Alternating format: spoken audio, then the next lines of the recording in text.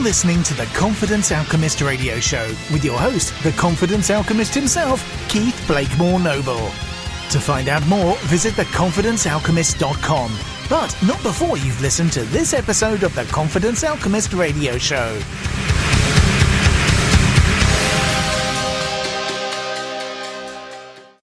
Hello, welcome back. Glad to have you with us. And in this episode, I am very, very pleased to be joined by a gentleman called the Survival Coach. The Survival Coach. What are we aiming to survive here? Well, over the course of this episode, my guest, the Survival Coach, is going to talk with us about at least the 3 things which you need to nail to guarantee a life contented and stress-free. And let's face it, who doesn't want a stress-free life, right? There is too much stress in the world. Whatever age we are, even children these days are getting stressed out like never before, which is ridiculous. Children, teenagers, adults, we're all facing ever greater levels of stress throughout life. So if there's anything that we can do to get rid of that stress, that has got to be worth doing, right? Well, fortunately, my guest today, the Survival Coach, is going to help us do that. His name he's not actually called the Survival Coach. He's David Heffenan, otherwise known as the Heff. Are you there, Mr. Heff? Hello, Keith. I'm here. How are you? I am very well, thank you, sir. Very well indeed. How's life going? Life is good at the moment, as it always is. I've got 2 boys. The sun is shining. I've got a beautiful wife. What's it to moan at? Exactly. What more could you possibly want? Well, nothing really. What a good interview. That's what I want. Good interview. All right. Let's see if we can do that one then. So, David, for those who haven't come across you yet, who is the Heff? Who is the Survival Coach? Who is he? What does he do? Where's he come from? Well, basically, I was born originally in Salford, one of the roughest council estates in the whole of Europe. And my experiences over the next, 30, 40 years has really moulded me into the person that I am today, where I can honestly say I stand here now with no regrets in my life. I am completely content with my life, and I don't sweat the small stuff, and that creates a better future for myself and my family. Very nice, very nice indeed. So what is it that you actually do? How do you? I know you help countless people. How do you help them? What is it that you do? At its core, basically, I support and help people who are going through various mental health issues, anxiety, depression, just feeling low. Too many people in life now get caught up in stuff that really is not serving them. And a lot of people don't know how to process this, and so they turn into angry people, turn into very low and upset people. And my job is just to give them a few tips and techniques and support them along the way, just to have a unique outlook on life, which will put them into a contented situation. So I don't overcomplicate things. I keep things very simple. Yeah, keeping it nice and simple is something we could all do with these days. And life, you're right, life gets so complicated. Everything seems to be complicated as to the maximum these days. It's ridiculous. So you help people with mental health issues, with anxiety, with depression, and all these sorts of things. So how common is that, or is that just something that kind of just happens to a few people? Maybe because there's kind of a perception that those sorts of people are somehow weak, or maybe it's their fault, or it's only a few people that happens to. Is that reality? I mean, what's your experience there? No, not at all. Calm, one of the charities that I support, they came out with the figures recently that 84 men a week are committing suicide. Asking for help is a sign of strength. It's not a sign of weakness. And unfortunately, the support network's not there for a lot of people where they feel confident and comfortable to seek help. But what they do find is when they do ask for support and ask for help, a lot of these things can be turned around quite quickly and effortlessly. But unfortunately, depression and anxiety is an insular thing. People think it's only them that are going through it. And so therefore they don't want to bother anybody else. Yet when you actually look at the statistics and the facts, it is an absolute epidemic. Poor mental health now has overtaken cardiovascular disease and cancer as the number one disability in the UK. So people aren't on their own. There's a lot of people who are suffering who need support and need it quick. Wow. So there's a couple of stats in there which are possibly surprising to many people. So I just want to repeat those just to really emphasize it. So it's 84 men a week commit suicide, was that? Yeah. Is that in the UK alone, or? Yeah. 84 men in the UK every week commit suicide. That is staggering. That is I'm sure a lot of people will be sitting up at this point going, wow, I did not realize it was that big a problem. And you're saying mental health is now the number one disability. Wow. So it is a lot more common than many people think, which is both saddening, the fact that there are so many people facing that, but I guess in a way anyone who's in that situation can perhaps take maybe a small crumb of comfort in knowing that it's not me, it's not just me, I'm not alone, it's not something weird about me. This is an epidemic which is really sweeping through society at the moment.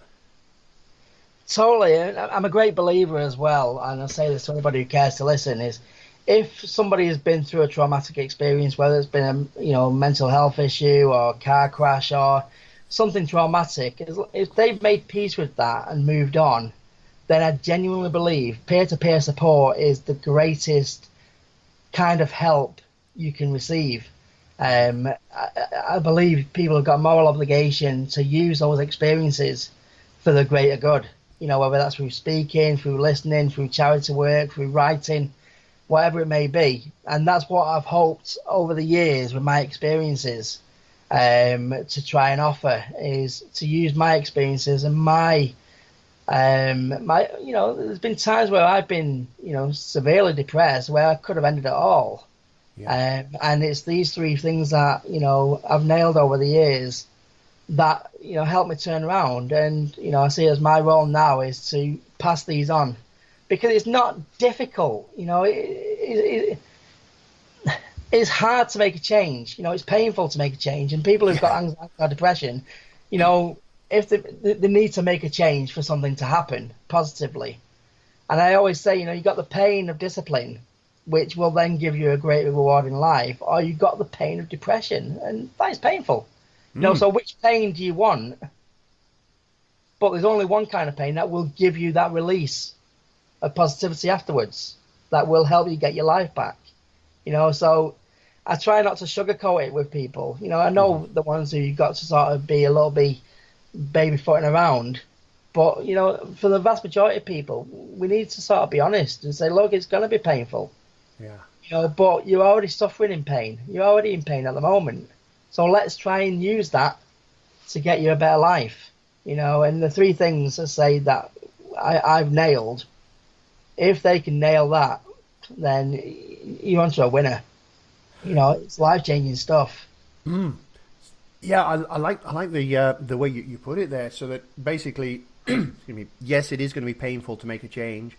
It's going to be painful to stay where you are. So either way, there's going to be pain.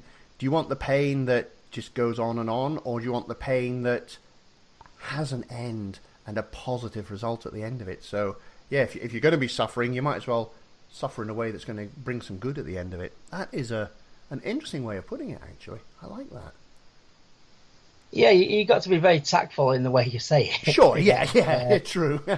You can't just come out of it, because you'll send people referring to depression. But ultimately, we all want to live a life that we're content with. Nobody comes into this world wanting to be depressed. Nobody comes into this world wanting to be anxious. We all want and need to feel contentment. And through my work and some good people out there whose work as well, we can help them with that.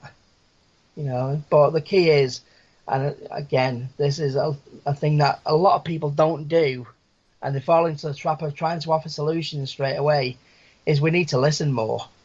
Absolutely. Very, very few people get asked, how do you feel?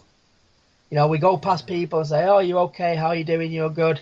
And we do the British thing. Yeah, I'm all right. Yeah, I'm good. Yeah. Very few people get asked genuinely, how do you feel? And then the person shutting up and listening.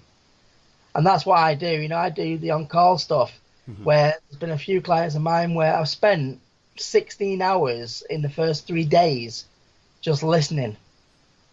Wow. Because they've had so much baggage over the years that they've built up and built up and built up. They've never had a release. They've never had an opportunity to release that pain. And so I just sit there and I listen, I take notes, and I find the trigger points and the language that they're using. And once they've just let it all out, then the mind is clear then. We can start then putting the right jam into the donut. And it's a skill that, we've got 2 ears and 1 mouth for a reason. Yet we seem to use the mouth a lot more than the ears. Yeah. But the vast majority of cases that I work with, just by listening in the initial first, few days, we move on so much quicker than if I was just to offer a solution straight away. They need to release. Definitely. And very few people get the opportunity to release. Yeah. Because, yeah, you're right. Until you've had that opportunity to release and to get all of that baggage out, you're not in a position to be able to make changes. No matter how much you want to make a change, if you've still got all that baggage in there, you haven't had a chance to release it all, you're not in a position to take on any new stuff or make change. You're absolutely right. I mean, you were saying that whole thing about when was the last time you were genuinely asked, how do you feel? And you're right, we do that whole British thing of, no, I'm fine. And I know I've done that myself. I have done for decades on and off from depression. And I know there's been times when I've been in a pretty depressed state and someone said, how are you? And of course the immediate reply is, yeah, I'm fine. Yeah, it's all good. Yeah. Yeah, you're right. Now, you've mentioned a few times about the 3 things that you've discovered and fine-tuned over your time doing this. Can you let us in on what those 3 things are? Yes, certainly. The 3 things. First of all, is living with no regrets. Regrets turn into anxiety. Regrets turn into guilt, and they turn into shame. And so I help people make peace with their decisions. The second one is embracing and letting go of fear. Again, fear causes anxiety, and the vast majority of things that we do fear don't happen in the first place anyway. We just create an alternative reality and an alternative storyboard to our future. Yeah. And help people embrace the fear and actually dance with the fears, because the vast majority, as I say, is false evidence appearing real, And so if we can actually look at fear as a game and embrace it, I always say about spiders, the vast majority of people are fearful of spiders, they're scared of spiders. Yet when they ask everybody in the room how many people have been attacked by a spider, not one person. Yeah, that's true. And then we start looking at what a spider's there for, is to get rid of the flies. I asked them to put their hand up, who likes flies? Oh, I hate flies. So, well, the spider's helping you. Yeah. It's just turn it around, flipping it around. You can have fun with your fears. And I know you do a lot of work on fear as well, which is fantastic. And the last one, which I think is the biggest one for me, is forgiveness. Forgiveness. It's just so important. I can't stress how important it is not only to forgive yourself for things that you may or may not have done, for decisions that you've made that may have put you into harm's way or whatever it may be, but it's also important to forgive the third party who may have done you harm, whether that's emotional harm or physical harm. And I've got a few anecdotes there where that has really been extremely tough for me in the past, but I knew I had to forgive certain people for me to move on. Otherwise, I would have turned into a very bitter and very different person to who I am now. And not being able to forgive, will weigh you down a lot more than the first 2. I'd